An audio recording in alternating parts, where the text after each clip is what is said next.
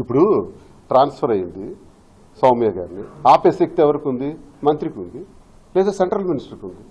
He can give the order immediately. కలెక్టర్కి ఒక letter పెట్టి ఆమె ట్రాన్స్ఫర్ ఆపండి అని చెప్పొచ్చు. మీరు అన్యాయం అని ఫీల్ అయితే, నిజంగా అచ్చెన్నాయుడు సౌమ్య గారికి జరిగింది అన్యాయం అని ఫీల్ అయితే, లేదు రామ్మోహన్ నాయుడు సెంట్రల్ మినిస్టర్గా ఆవిడకి అన్యాయం జరిగింది కోన రవికుమార్ వల్ల అని ఫీల్ అయితే, just you write a letter to the collector, official letter, ask the collector.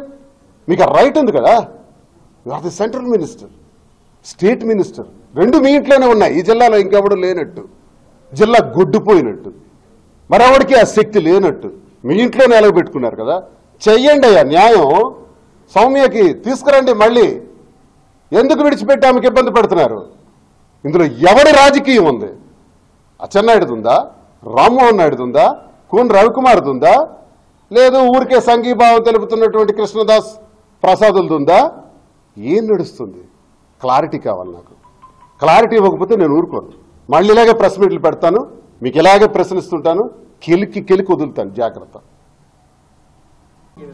తెలియజేయాల్సిన సమయం ఆసనమైంది. ఇప్పుడు అందుకే మా గొంతు ఓపెన్ అయింది. ఇప్పుడు నా గొంతు విప్పటం ద్వారా అది చంద్రబాబు నాయుడు కూడా నేను అదే తెలియజేస్తున్నాను. లోకేష్ గారికి కానీ, చంద్రబాబు నాయుడు గారు కానీ, పవన్ కళ్యాణ్ గారు కానీ, కూటమిలో బీజేపీ నాయకత్వానికి కానీ ఈ పరిణామాలు శ్రీకాకుళంలో జరుగుతున్నాయి. ఈరోజు కులపరమైనటువంటి దాష్టికాలు, కులపరమైనటువంటి దాడులు కొన్ని కులాల మీద జరుగుతున్నాయి.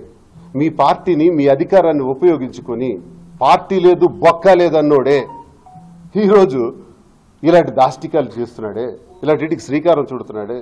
చంద్రబాబు నాయుడు గారు దయచేసి గమనించండి, లోకేష్ గారు గమనించండి, పవన్ కళ్యాణ్ గారు గమనించండి, బీజేపీ నాయకులారా గమనించండి. ఈ ప్రమాదాలకి నివారించండి, ఆపండి అని నేను కోరుతున్నాను. జగన్మోహన్ రెడ్డి గారికి కూడా అదే కోరుతున్నాను. అన్నా, నీకు తెలియకుండా ఇక్కడ మోసం చేస్తున్నారన్నా, జిల్లాలో తప్పుడు సమాచారం ఇస్తున్నారన్నా, రాంగ్ పోర్ట్రేట్ చేస్తున్నారన్నా, ఇక్కడ కుల వివక్షత పైన జరుగుతున్న దాడులకి ఒక అమ్మాయిని బలి చేశారన్నా, ఒక దళిత మహిళకి బలి చేశారన్నా, ఆమెకు స్కేప్ గోట్ చేస్తున్నారన్నా, దుర్మార్గంగా వాడుకుంటున్నారన్నా మీరు పరిశీలించండి అన్నా.